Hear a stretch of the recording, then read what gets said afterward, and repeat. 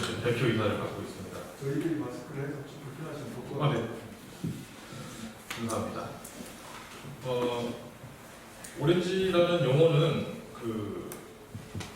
미국에 우리나라에는 CC 인증이라는 게 있어요. 국정원에서 관리하는. 미국에서도 그런 비슷한 인증이 있는데 그게 이제 TCSEC라는 그 신뢰 관계에 대한 크리테리아 그런 어떤 기준이 있습니다. 근데 그 기준을 기술한 책이 표지가 오렌지색이어서 별명이 오렌지국이라는 별명을 갖고 있어요. 그래서 거기 있는 오렌지를 싸와서 회사 이름을 만들었습니다. 그래서 오렌지 시큐리티는 우리 보안업계에서는 좀 이렇게 표현되지 않는 그런 이름인데 그걸 제가 좀 썼습니다.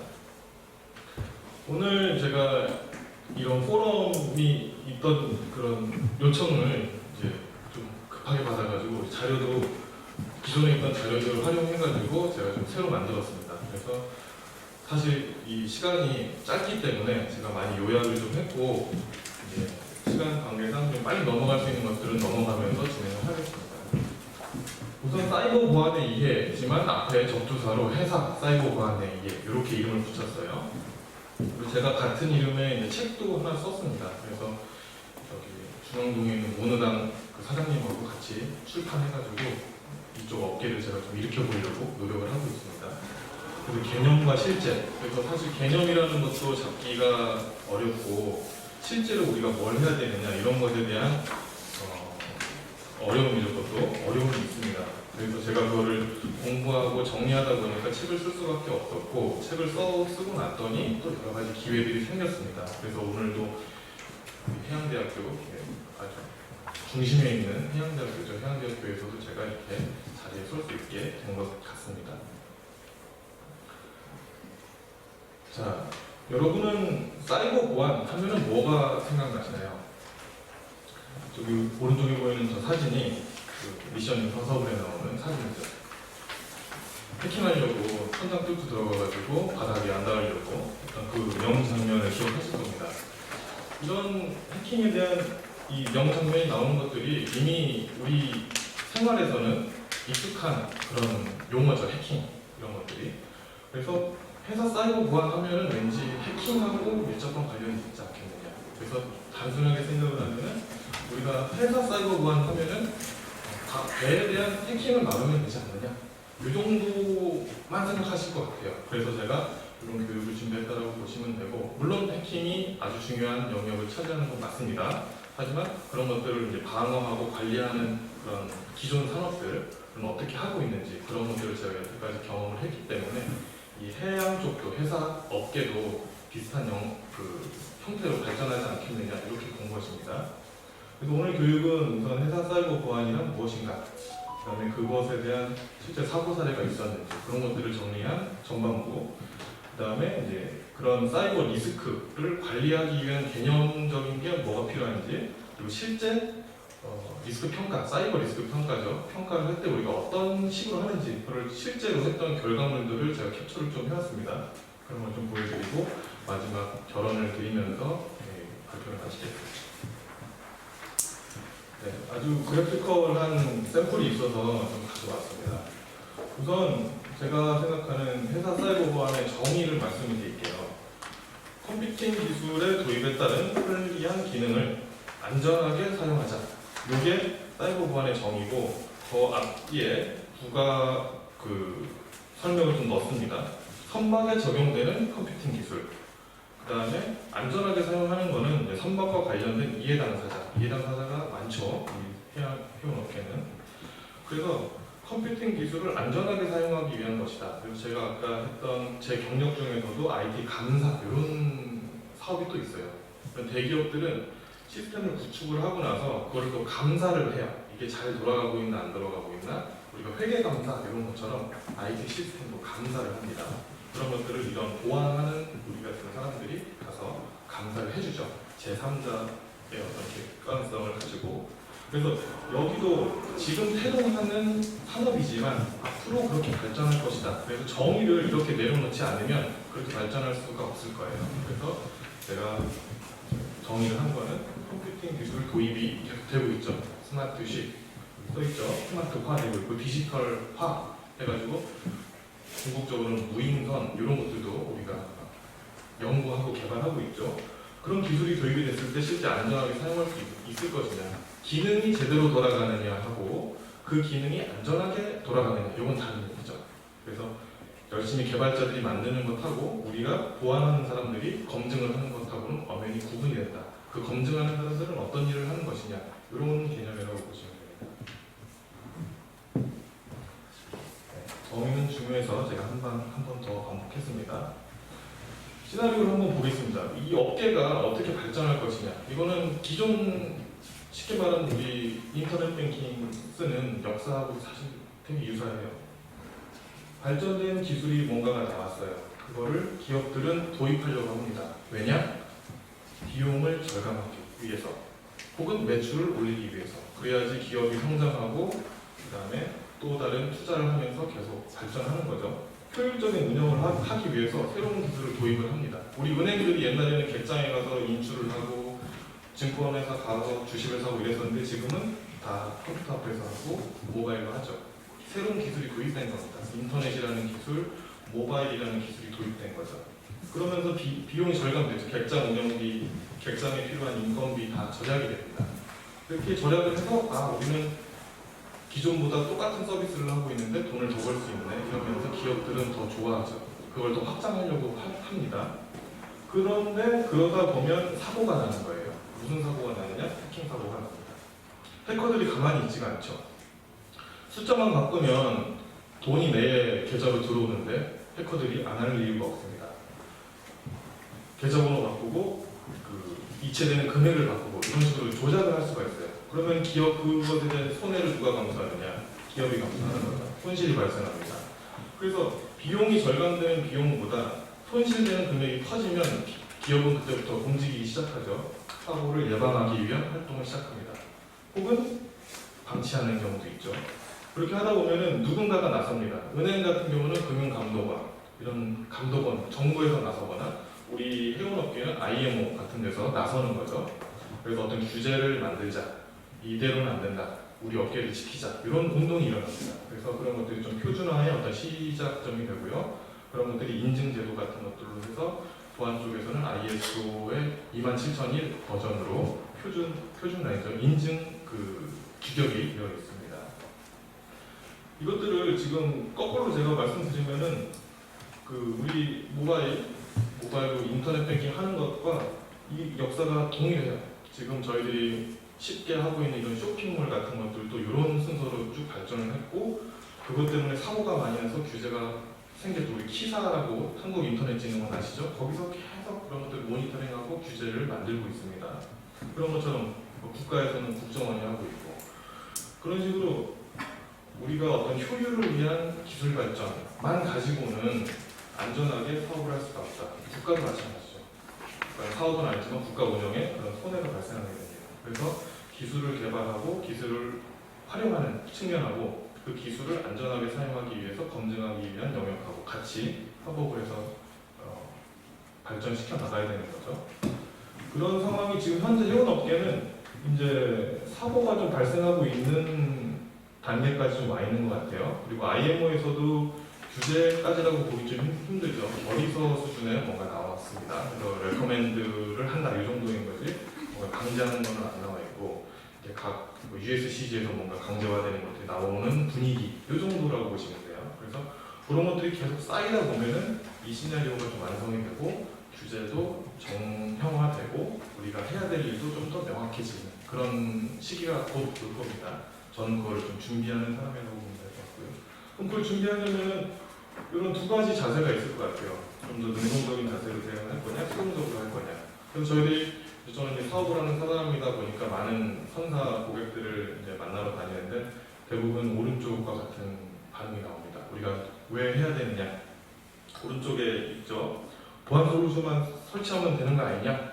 뭐 이렇게 돈을 많이 써야 되느냐? 유주보수 업체가 알아서 잘 하던데 우리가 뭐 해야겠니? 이런 질문들. 선원이 사이버 보안 알아야 돼? 선원은 기존에 하던 거 잘하면 되지. 사이버 보안은 뭐 유주보수 업체가 하면 되는 거 아닌가? 이런 되게 소극적이거나 이런 수동적인 대응을 하고 계세요. 그래서 이런 해양대학교에서 그런 교육과 관련된 인식 제고와 관련된 활동들을 많이 해주셔야 되는 것 때문에 저도 해양대학교랑 좀 같이 일을 하고 싶은 게 많이 있습니다. 그래서 지금 현재 우리의 미래상이라고 볼 수 있는 금융권 이런 쪽을 보시면은 왼쪽 것 같은 활동을 하고 있어요. 보안 정책을 수립하고 거기서 따라서 체계적으로 어떻게 관리할 것이냐, 그 다음에 선장과 감독 간의 협력 관계, 그 다음에 선원 교육 및 전문가 지원 이런 것들 이미 매년 교육을 어떻게 하고, 그 다음에 그 당국도 이제 금융은 금융 지주사들이 있어서 그런 것들 일괄 관리하는 또 체계가 잘 갖춰져 있습니다. 그런 식으로 이쪽 업계도 뭔가 그렇게 발전할 것이다라고 보고 지금은 약간 수동적이지만 점점 능동적인 방향으로 가지 않겠느냐. 그거를 우리는 준비해야 되고 해양대학교를 졸업하는 졸업생들은 이런 것들을 좀 알고 졸업을 해야 그런 상황에 대해서 좀 맞닥뜨릴 수 있지 않겠느냐라고 보고 있습니다. 제가 보안성이라는 것을 설명을 하려고 보면은 보안을 위한 보안 이런 규제해야 돼 하지 말아라 이런 이야기만 하게 되면 사실은 좀 거부감이 생기죠. 그래서 제가 비교를 해보려고 효율성과 보안성 이렇게 비교를 해보려고 가져왔습니다. 우리가 밑에 이제 뒤에 어떤 성격인 거죠. 어떤 성질, 물건이라고 하면 성질, 사람이라고 하면 성격 이런 게 될 텐데 맨 아래 거 먼저 보시면은 또 보안성이라는 게 무엇이냐, 보안성이 있냐 없냐 이런 것들을 우리가 얘기할 때 저는 기밀성, 무결성, 가용성 이런 얘기를 합니다. 그래서 효율성은 사실 쉽죠. 우리가 기업에서도 보면 비용을 낮추고 매출을 올리는 게 효율이 높은 기업이죠. 수익을 많이 남기는 기업이죠. 사람도 마찬가지죠. 조금 먹었는데 살이 잘 찌는 사람이 있고 살이 덜 찌는 사람이 있고 효율이 다릅니다. 그래서 회원업계의 효율성을 한번 예시를 들어봤는데 고부가가치 화물을 운송을 해서 운송비를 더 받는 그런 전략을 쓴다던가 그럼 매출이 올라가겠죠. 그 다음에 최적의 경로로 운항을 해서 연료비를 최소화시킨다던가 그럼 비용이 최소화되니까 남는 게 수익이 더 많아질 거고, 그다음에 선박 자동 시스템이 도입되면 선원을 10명 쓸 선원을 8명만 써도 되지 않느냐 그러면서 인건비를 줄이는 그런 전략들을 쓰면서 효율성을 높이는 이런 것들은 상당히 가시적인 얘기들이 돼요. 우리들도 실생활에서도 겪을 수 있는 거고요. 근데 보안성이라는 거는 좀 애매한 부분이 있어요. 그래서 제가 정리를 한 게 저는 계좌번호가 유출이 돼서 다른 사람한테 입금이 되는 경우 이런 것들이 실제로 일어나죠. 두 번째도 배에서도 이제 엑기스에서 그런 위치 정보가 변조돼가지고 자기가 엉뚱한 곳으로 가는 건 아닌가? 실제로 재작년에 이런 사고가 있었습니다. 모리셔스 섬에서 좌초됐던 사고가 이런 의심이 있었죠. 그 다음에 지도 정보가 암호화돼가지고 지도가 안 뜨는 거예요, 엑기스에서. 그랬을 때 바로 항의를 할 수 있을 것이냐. 물론 좀 해도를 보면서 운항할 수 있겠지만 지연이 되거나 하는 사태가 벌어질 수 있죠. 그래서 효율성이라는 부분은 이런 예시, 왼쪽에 있는 보안성이라는 것은 오른쪽과 같은 예시를 갖고 있느냐, 배가.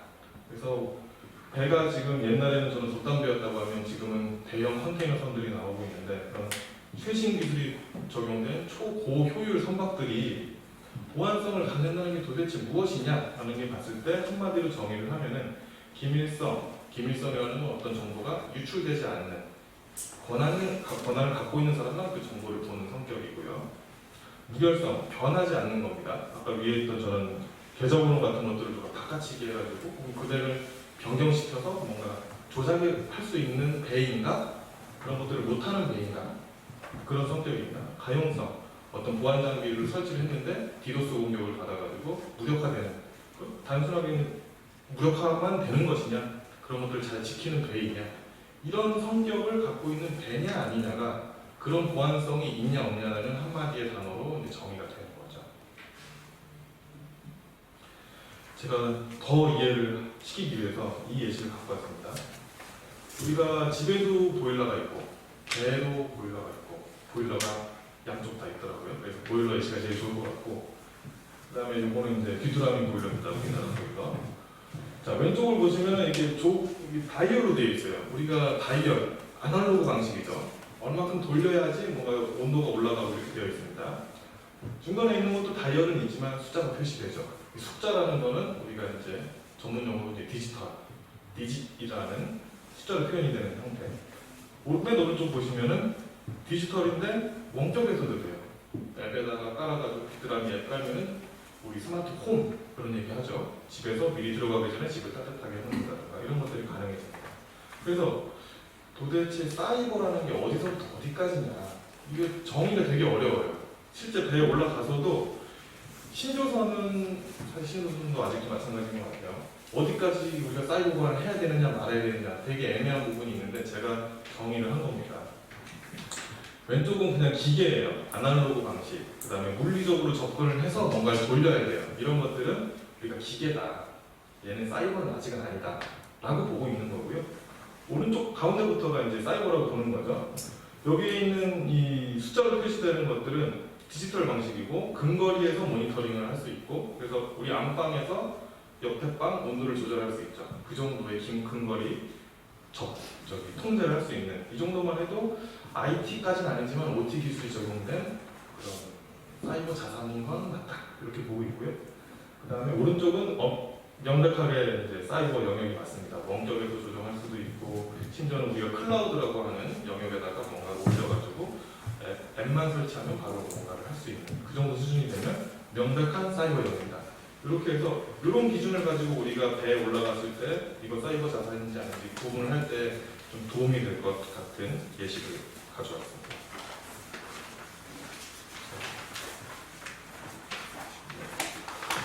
그래서 선방에 이제 올라가 보면은 아래쪽에 보이는 저런 액티스, AIS, VDR, 뭐 레이더, 뭐 기반되어 있는 여러 가지 장비들은 이제 좀 아실 거예요. 저보다 더 잘 아실 겁니다. 그런 것들은 저희 입장에서는 OT, 오퍼레이셔널 테크놀로지가 적용된 장비 이렇게 보면 될 것 같고요. 이제 제가 좀 더 잘하는 이런 서버 네트워크, 보안 장비, 뭐 소프트웨어, 어플리케이션 이런 것들은 IT 장비라고 해서 이제 우리가 배가 아닌 곳에서 집에서 이런 컴퓨터를 쓰거나 핸드폰을 쓰거나 이런 쪽에 좀 더 가까운 자산이죠. 그래서 IT 자산, OT 자산 이런 것도 있고 실제 배에서도 IT 자산이 다 있죠. 선장님이 PC 쓰고 계시고 브릿지에도 PC가 있고 그다음에 어떤 전산실 같이 생긴 방이 있어서 거기에 네트워크 장비들이 꽂혀 있고 랜선이 다 연결되어 있습니다 이미. 그래서 IT 자산도 있고 OT 자산은 원래 있었죠. 그래서 이런 자산들이 선박에 다 혼재되어 있어요. 그래서 혼재되어 있다 보면은 뭐가 IT고 뭐가 OT 이런 걸 헷갈립니다. 그래서 제가 오른쪽에 정리를 한 게 USB 포트가 있다. 그러면은 우선 대상이 되어야 될 것 같고요. 랜선 포트가 있다. RJ45라고 하는 규격에 맞는 포트가 있으면 얘도 IT 장비 혹은 OT 장비다. 그 다음에 와이파이가 되거나 윈도우가 설치되어 있거나 우리 아래쪽에 보이는 여기 액티스나 레이더도 보니까 다 밑에 윈도우가 깔려있더라고요. 윈도우 기반으로 개발이 되어 있어요. 그 얘기는 뭐냐면 우리가 PC에 걸리는 악성 코드가 액티스에서도 걸릴 수 있다. 작동을 한다. 라고 봐야 되는 거예요. 우리가 다만 반대의 경우도 있죠. 우리가 안드로이드에서 개발한 앱이 iOS, 애플 폰에서는 안 돌아가는 것처럼 플랫폼이 아예 다르면은 이거를 다르게 관리해야 되지만 지금 액티스하고 PC는 기술적으로는 같은 레벨이에요. 그래서 사이버 자산에 포함시켜서 관리를 해야 된다라고 봐야 됩니다. 리눅스도 마찬가지예요. 리눅스 쪽도 여전히 악성 코드가 있습니다. 그래서 이런 범주 안에 있는 것들이 사이버 자산이다라는 예시를 좀 갖고 왔고요. 그래서 해양 산업의 특징을 한 2가지 정도 꼽아봤어요. 그래서 여기서는 선박 같은 경우에는 여러 대가 있고 그것들을 관리선사라는 선사에서 관리를 하고 선주는 또 따로 있고 규제기관 따로 있고 복잡한 구조입니다. 그래서 고려해야 될 게 저희 오른쪽에 많이 써놨지만 사이버 보안이라는 새로운 어떤 일 혹은 업무라는 게 생길 텐데 이걸 도대체 누가 해야 되느냐 서로 미룹니다. 그래서 누군가 해야 된다라는 걸 정해줘야 돼요. 그것들을 저희들이 이제 컨설팅을 하면서 정하거나 합의를 보는 거죠. 우리 선사 담당자 분들하고. 그래서 오른쪽 보시면 선박 내에 사이버 담당하는 선원이 존재하느냐? 존재해야 돼요. 왜 존재해야 되는지 제가 또 쭉 말씀드리겠습니다. 혹시 없으면 방선 가능한 외주 전문업체가 있느냐?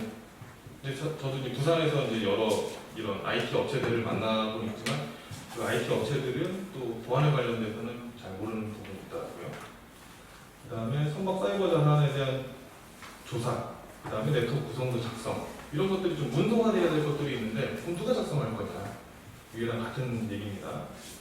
혹시 안 돼서 원격으로 뭔가를 해야 된다면 원격으로 할 수 있는지, 원격으로 했을 때 어떤 또 취약한 점은 없는지, 그다음에 이런 업무를 해야 될 선박이 도대체 몇 대인지. 제가 올해 초에 했던 HMM 오션 서비스, HOS죠. HOS 같은 경우는 선박이 HMM 것만 한 60척 정도 관리하고 있고 다른 선주 것도 한 18척 있더라고요. 총 70, 80척 정도 있는데 그 80척, 말이 80척이지 힘듭니다. 한 대 한 대 다 사이버 보안 체계를 구축한다는 게 보통 일이 아니죠. 그래서 이제 학장님께서 특별히 요청해 주신 내용인데 항해사하고 기관사하고 사이버 보안을 어떻게 구분을 해야 되느냐 이런 요청이 있었어요. 그래서 제가 고민을 하다가 어떻게 정리를 했냐면은 항해사가 다루는 사이버 자산이 있을 것이고 그 다음에 기관사가 다루는 사이버 자산이 있을 것이다. 아까 제가 사이버 자산에 대해서는 좀 말씀드렸죠. 종류가 되게 많습니다. 아까 머신이라고 그러니까 우리가 불 켰다 껐다 하는 스위치 이 정도 수준의 기계가 아니면 디지털로 되어 있는 것들은 우리가 사이버 자산이라고 말씀드렸는데 액디스, AIS, 레이더 등등 우리 그 위에 있는 장비들은 항해사 분들이 보통 관리하시는 것 같고 그럼 거기에 들어갈 사이버 보안은 누가 할 거냐? 갑자기 기관사가 할 수 없다 이거죠. 항해사가 해야죠.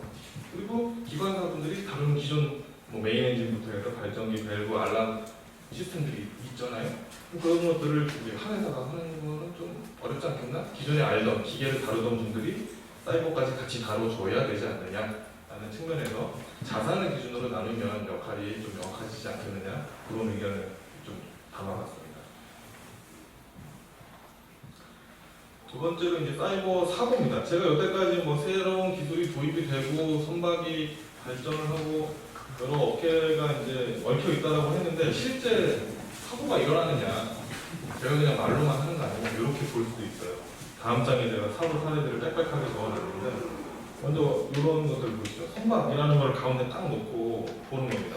그러면 당장 선사가 있고 그다음에 선주가 있고 선박에 물건을 싣는 화주가 있고 그 화주들이 물건 싣기 위해 여러 협력사들이 있죠. 그다음에 항만, 그다음에 기구, 선급 이해관계자가 너무 많습니다. 자, 왼쪽 위에 한번 보실까요? 사이버 사고가 발생하면은 그럼 PC, 선박에 있는 PC가 그냥 안 되는 정도 아니야? PC가 안 돼도 우리 운항할 수 있는데 사이버 사고가 너무 큰 사고지? 이렇게 생각할 수 있어요. 거기서 사고가 멈추면 크지 않은 사고일 가능성이 있습니다. PC가 없어도 괜찮다. 그렇죠? 근데 하지만 아까 말씀드렸죠. PC에서 발생한 사고가 액기스와 같은 OT 장비로 전이가 될 수가 있습니다. 그랬을 땐 얘기가 이제 달라지죠. 그때는 운항 자체를 못하거나 아니면 어떤 화물 관리에 대한 문제가 생기거나 발라스트 워터 같은 것들 잘못되면 배가 이제 뒤집어질 수 있다고 그런 얘기도 들었어요. 배가 뒤집어지면 또 큰일이죠.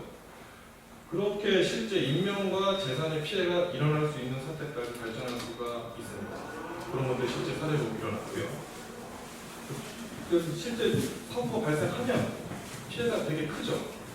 국가 재난급 피해가 난다던가 환경오염 같은 게 생기면 특히 그랬죠. 기름 유출이 되거나 그러면은 아까 말씀드린 모리셔스 같은 그런 섬나라 같은 경우에 관광 산업이 아예 마비가 되는 그런 일들이 있었죠.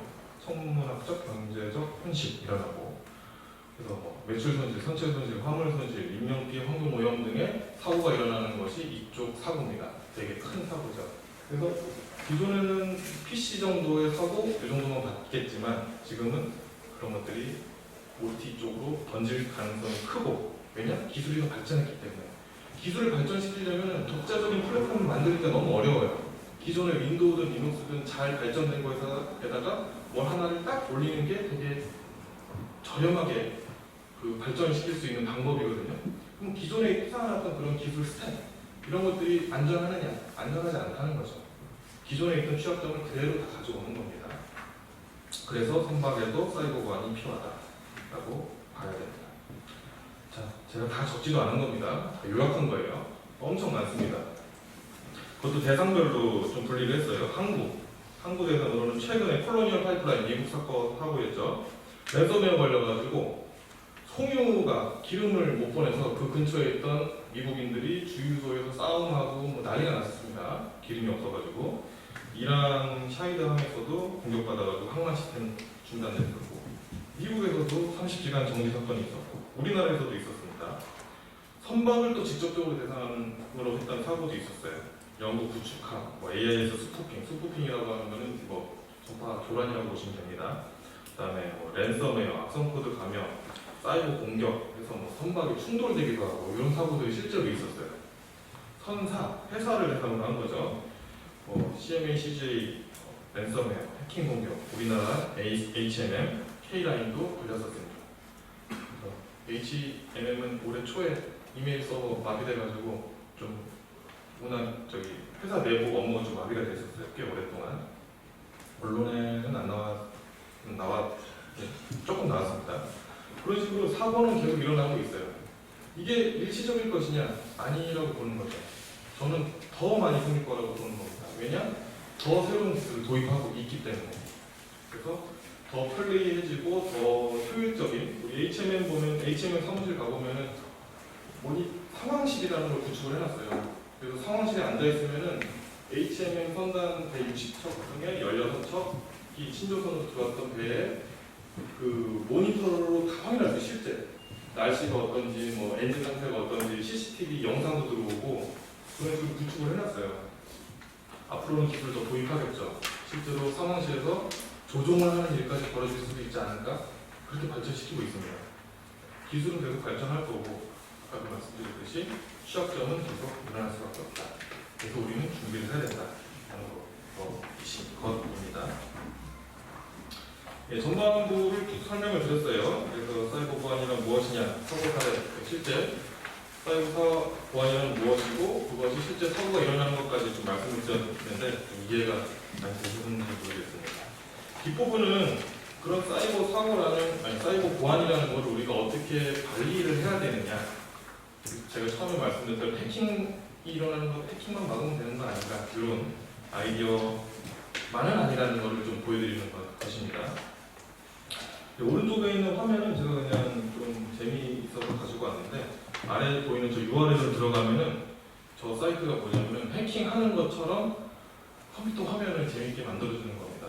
사실 해커들 실제 화면을 보면은 명령어 치고 이렇게 하거든요. 근데 비주얼하지가 않아요, 전혀. 그런데 우리가 영화나 이런 데서 보면은 비주얼하게 보여주기 위해서 연출을 이렇게 하는 겁니다. 그냥 클릭만 하면 저런 화면들이 써요. 그래서 이런 것들을 이제 해커가 되는 느낌을 한번 받아보시라고 이런 크랙을 좀 갖고 왔습니다. 자, 이제 본격적으로 사이버 리스크 관리에 대해서 말씀을 드릴게요. 자, 우리가 그냥 단순하게 한번 생각을 해보자고요. 사이버 보안이라는 것이 무엇인지 우리가 어렴풋이라도 알고 있어요. 우리는 그러면 무엇을 해야 될지도 어렴풋이는 알 수 있습니다. 맨 왼쪽을 보시면은 이런 거죠. 백신 설치해야 된다. 알고 있습니다. USB 포트로 뭔가 들어오는데 USB 포트 막아야 된다. 알고 있습니다. 이메일로 스팸 메일 많이 들어온다. 차단해야 되겠죠? 알고 있습니다. 그다음에 외주 인력들이 우리 협력사들 많이 올라오죠. 그런 인력들을 우리가 통제를 해야 된다. 그리고 우리 교육받아야 된다. 이 정도 알고 있어요. 그러니까 what to do, 뭘 해야 되는지 우리가 알고 있어요. 그럼 그거를 그냥 하면 되느냐? 물론 안 하는 것보다는 좋습니다. 하지만 가운데에 있는 것처럼 어떻게 해야 되느냐라는 기준을 갖고 해야지 오른쪽과 같은 효과를 볼 수가 있습니다.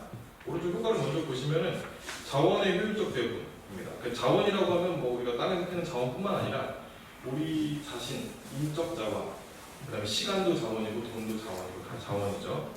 이 자원을 효율적으로 써야 돼요. 우리가 막무가내로 어떤 와투두를 수행하는 것만이 아니라 효율적으로 쓰기 위해서 가운데에 있는 저는 체계가 필요합니다. 그리고 사이버 사고가 났을 때도 어떻게 효율적으로 대응해야 되는 거고, 그 다음에 새로운 해킹 기술이 나왔을 때도 효율적으로 대응해야 되는 이런 것들이 시스템에, 그러니까 체계적인 준비가 되어 있지 않으면 그걸 대응하는 데 시간이 오래 걸리거나 자원을 많이 소모할 수밖에 없는 거죠. 그래서 우리가 하는 것들이 저는 사이버 보안에 대한 정책, 폴리시죠. 그러니까 기준을 가져가라는 걸 말하고 있고 그 기준을 가지고 계획을 수립을 해라. 계획대로 했는지 내부 감사를 해라. 그 다음에 지원이 필요하면 어디다 지원을 받아야 될지, 지원을 혹은 해줘야 될지, 그 다음에 뭔가 바꿔야 되면 어떤 것들을 바꿔야 되는지 이런 것들을 체계적으로 쭉 정리를 해놔야 우리가 무엇을 해야 되는 것들에 대해서 검증을 하고 그걸 개선시키고 그걸 계속 발전시켜 나갈 수 있다라는 개념이 사실은 사이버 리스크 관리의 개념입니다. 그거를 좀 더 구체적으로 보여드리면요. 이 화면은 이제 우리 회사가 한국성북하고 이제 온라인 교육 관련된 협약을 맺어놨는데 온라인 교육 자료를 만든 것 중에 하나는 캡처해온 겁니다. 요거는 이제 사이버 리스크 관리 체계를 구축을 하는 일종의 순서, 방법론이라고 보시면 돼요. 그래서 큰 순서를 먼저 보시면은 아까 정책 수립하라고 했죠. 그 회사에 혹은 선박에 기준을 마련해야 됩니다. 정책을 수립을 해야 되고요. 그다음에 범위를 설정을 해야 돼요. 우리가 어디까지 통제를 할 거냐. 물론 전사 혹은 전 선박 이렇게 전체적으로 잡으면 제일 좋지만 자원의 그 한계가 있기 때문에 선택과 집중 차원에서 범위를 설정해야 될 경우도 많습니다. 범위가 설정됐으면 그 안에 있는 자원들, 우리 아까 자산이죠. 자산에 대해서 위험 평가를 해야 됩니다. 얼만큼 위험한지, 그다음에 그 위험 평가에서 얼마큼 위험한지가 알면 그 위험을 줄이기 위한 활동, 그게 이제 구현이라고 보시면 돼요. 그래서 보안 활동들을 무엇을 할 거냐, 와투두가 저기서 나오는 거죠. 그 다음에 사후 관리 그것들을 어떻게 개선시킬 거냐, 이런 방식이 계속 반복되는 거라고 보시면 돼요. 그래서 좀 더 보시면 정책은 큰 기준, 지침은 그것들을 세부적으로 나눠서 설명합니다. 그 다음에 그것들을 누가 할지, 조직이나 책임 설정은 그렇게 해야 될 것들을 누가 할지 정해야 되는 거죠. 그 다음에 범위 설정은 이제 관리 범위, 그 다음에 자산 식별, 사이버 자산 아까 제가 초반에 말씀드렸던 것들 얼마큼 있는지 쭉 리스트업을 해야 됩니다. 그렇게 리스트업 된 것들을 가지고 우리가 취약점을 분석을 해요. 어떤 취약점이 있는지, 예를 들면 어떤 계정 관리 부분이다 그러면은 우리가 어드미니스트레이터 계정을 아무나 공용으로 쓰고 있는지, 혹은 백신이 깔려 있는지, 깔려 있는 백신이 업데이트 되고 있는지, 백신이 업데이트된 로그를 남기고 있는지, 어떤 사람이 로그인을 했으면은 로그인, 로그아웃 그 기록을 남기고 있는지, 이런 로그 관리, 그런 영역들이 쭉 있어요. 그래서 어떤 부분이 취약하냐 아니냐 분석을 합니다. 그럼 위험 평가는 거기서 취약점으로부터 발생할 수 있는 위험, 실제 피해 가능성을 보는 거죠. 뒤에 더 자세히 설명드리겠습니다. 그래서 위험 평가가 사실은 핵심이에요. 모든 규제에서 요구하고 있는 게 그 리스크 어세스먼트를 요구하고 있고, 리스크 어세스먼트를 하기 위해서 앞단의 모든 작업이 필요한 거고, 위험 평가 결과를 대응하기 위해서 뒷작업이 다 존재한다고 보시면 됩니다. 그래서 위험 평가를 중심으로 앞뒤로 봐주시면 되고요. 그래서 위험 평가 결과로 보안 대책을 수립을 하고, 보안 대책을 이제 구현하는 거죠. 이행하는 겁니다. 그래서 백신이 안 깔려 있으면 백신을 깔아주고, 업데이트 안 돼 있으면 업데이트 해주고, 패치도 해주고, 계정을 너무 많이 사용하지도 않는 계정이 있으면 사용하지 않는 계정 지우고, 이런 활동들을 구현할 단계에서 하는 겁니다. 그리고 혹시 필요하면 보안 솔루션도 깔고 이런 식으로. 그 다음에 여기까지 구현까지 한 것들이 이 체계가 정책 자체가 잘못됐거나 지침 자체가 너무 비효율적으로 되어 있진 않은가라는 걸로 관리 체계를 재검토를 1년에 한 번 정도 하라고 되어 있고요. 그것들을 이제 모니터링하고 개선시키고, 내부 감사는 이 전체 틀을 다시 한번 감사를 하는 겁니다. 그래서 이 체계를 1년에 한 번씩 계속 돌리는 거를 이제 관리 체계를 유지하는 활동이다라고 보시면 돼요. 예, 제가 이제 스터디했던 규제들을 좀 가져와 봤습니다. 결론부터 말씀드리면, 오른쪽에 있는 규제라면 규제, 표준이라면 표준, 인증이라면 인증 규격에서 요구하는 공통적인 사항은 왼쪽 3개입니다. 보안 정책을 수립을 해라. 그 다음에 사고가 났을 때 대응할 수 있는 절차를 마련해라. 그 다음에 사이버 보안 교육을 실시해라. 이 3가지는 다 들어있어요. 그래서 요거는 핵심 요구사항이다라고 봐주시면 되고, 오른쪽에 이제 보시면은 IMO에서는 이제 ISF 코드 상에다가 SMS에다가 사이버 보안 요구를 요구사항을 추가해라 이렇게 권고를 하고 있고요. 오킨프 같은 이제 메이저죠. 오일 메이저에서도 TMS나 사이버 검사에 이미 옛날부터 좀 있었어요. 제가 알기로 한 5년 넘게 있었던 걸로 알고 있습니다. 라이트십도 있긴 있었는데 최근에 좀 더 강화가 됐어요. 그래서 성급 인증을 받아야 된다라는 항목이 추가가 됐습니다. 사이버 보안 인증을 받아야 할 게.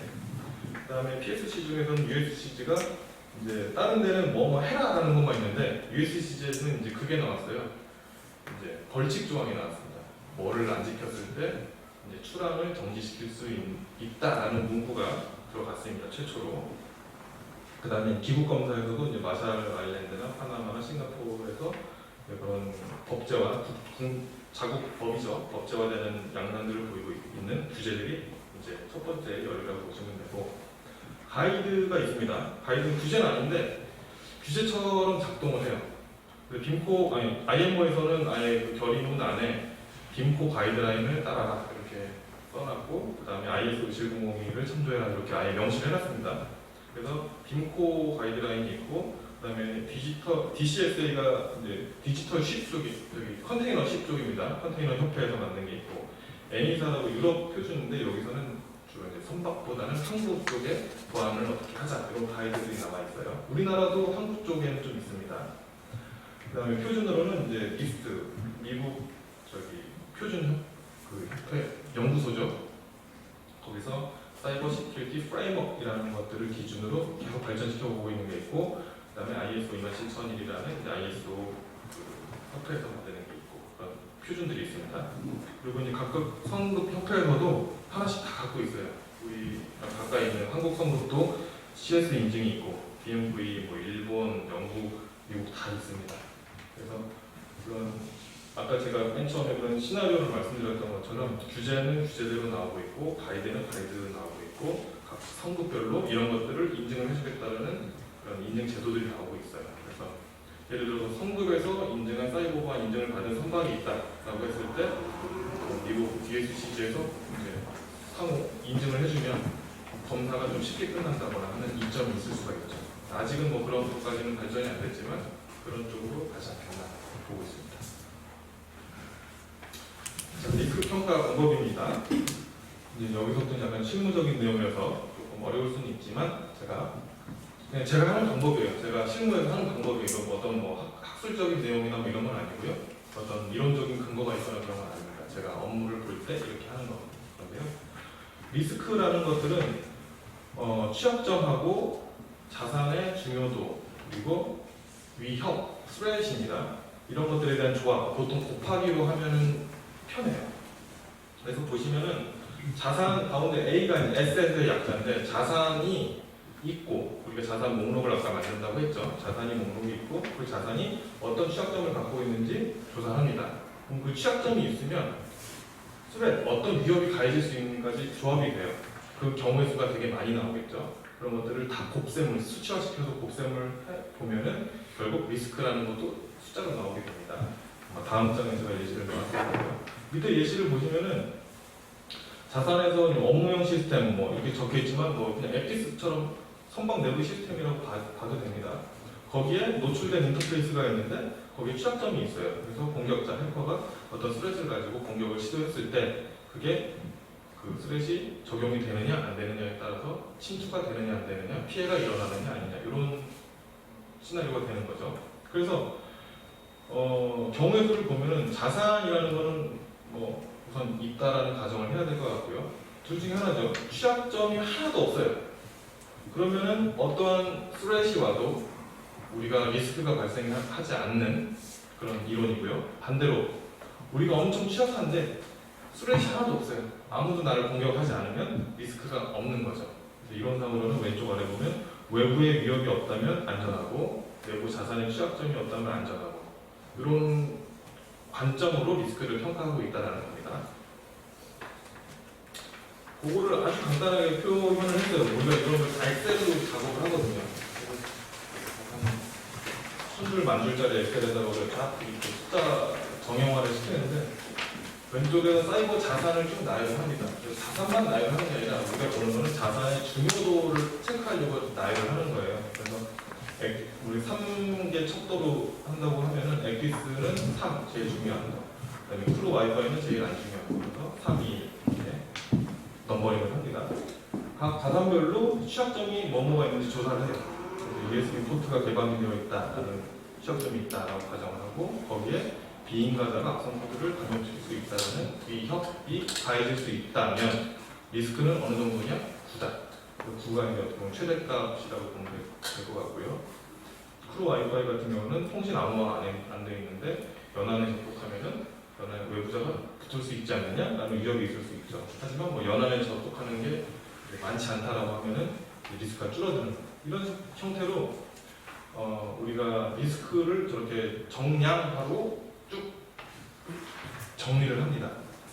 그래서 어느 것 하나가 0이 나오면 리스크가 안 나오는 거니까 그러니까 취약점이 없거나 위협이 없거나 그런 식으로 리스크 점수를 매긴다라고 보시면 되고요.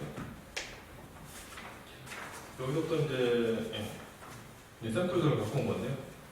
그래서 선박 내에 자산을 그냥 쭉 나열하면 너무 많다 보니까 분류 체계를 가져가는 거예요. 그래서 빔코 가이드라인에 나와 있는 분류 체계인데 통신 시스템, 기반 시스템, 조타, 화물, 화재 감지 시스템 거기에 이제 코어 시스템이라고 해가지고 우리가 아까 말씀드렸던 서버 네트워크 DB와 IT 자산을 하나의 카테고리로 해서 이제 정리를 하는 형태로 그 자산 목록을 작성을 하고요. 오른쪽은 이제 취약점을 관리하는 어떤 사이트라고 보시면 됩니다. 우리가 뭐 꼭 저 사이트를 참조하는 건 아니지만 CVE라는 국제 어떤 그런 협회는 아닌 것 같고 누군가가 저렇게 종합을 해놨어요. CVE 다음에 넘버링이 되어 있는데 그 넘버링들을 수천 수만 개씩 있는 것들을 취약점들이 있냐 없냐 취약점 목록들을 관리하는 거라고 보시면 돼요. 우리들이 왼쪽에 있는 자산에 오른쪽에 있는 취약점들이 있는지 없는지 일일이 다 검사를 합니다. 그래서 툴 같은 것들도 많이 개발이 되어 있어요. 두 번째는 이제 취약점이 있었을 때 어떤 위협, 수렛이 가해질 수 있는지 보게 되는데 왼쪽에 있는 위협들을 보는 거예요. 자연재해부터 시작을 해서 인적재해, 그다음에 아래쪽으로 내려오면 운영 위협, 여기에는 이제 비인가자가 네트워크에 접근하느냐, 정보가 탈취될 수 있느냐, 악성 코드가 감염될 수 있는 이런 사례들을 그 취약점에다 대입을 해보는 거예요. 되는지 안 되는지 그런 식으로 쭉 정리를 하다 보면 오른쪽처럼 리스크의 분포도가 나오게 됩니다. 그래서 아래쪽에 보시면 INF, IDM, 험 이런 것들은 아까 자산 분류 체계를 약어로 표시해 놓은 거고요. 통신 장비, 브릿지 장비 이런 식으로 보시면 되고 세로로 있는 게 이제 위험도라고 보시면 되고 그 각 위험도마다 있는 그 위험이 높은 것들 빨간색, 중간 것들은 노란색, 위험이 별로 없는 것들은 파란, 녹색으로 분류를 해서 그래프화 시켜놓은 겁니다. 그래서 우리들이 뒤에 이제 대응 체계를 만들 때 빨간 것을 먼저 대응을 하고 그다음에 노란 거를 대응을 하고 녹색을 대응하고 이런 식으로 자원의 순차적인 어떤 효율적인 배분을 한다거나 할 때 기준으로 사용하는 겁니다. 이런 식으로 정리를 하면 이제 우리가 해야 될 것들이 나오죠. 아까 제가 맨 처음 아니 중간에 말씀드렸던 그런 와투두에 대한 것들이 여기서 나와요. 똑같이. 근데 우리가 왜 리스크 평가라는 거를 하고 와투두를 정리를 하느냐? 왜냐? 안 해도 될 것도 있기 때문에 그렇습니다. 혹은 아까 말했던 우선순위가 있기 때문에 리스크 평가를 하는 겁니다. 자원의 효율적인 배분 때문이죠. 그래서 이런 것들이 나와요. 클린 PC를 도입을 해가지고 클린 PC를 통해서 USB를 한번 검사하고 USB를 사용하면 USB 때문에 일어날 수 있는 리스크는 없앨 수 있지 않느냐? 혹은 왼쪽 아래처럼 아예 막아버리는 겁니다. 랜선, 램 포트도 막아버리고 USB 포트도 막아버려요. 특정한 일이 있을 때만 선장님 승인하에 열어서 한다거나 오른쪽처럼 교육도 안 돼서 교육도 받고 오른쪽 아래처럼 물리적으로 이제 어떤 출입자 명부를 작성한다거나 이런 것들 저런 것들 이미 하고 계시지만 사이버 보안 측면에서도 하고 보는 거죠. 그래서 와투두들이 이렇게 위험 평가의 결과로 나오는 것들이 있고 요거를 제가 이제 마지막으로 예시를 한번 만들어 놓은 거예요. 요거는 이제 아마 거기 전체는 없고 제가 어저께 이제 좀 추가를 해놓습니다. 앞장으로만 설명하기 좀 부족할 것 같아서 이렇게 하나 더 추가했습니다.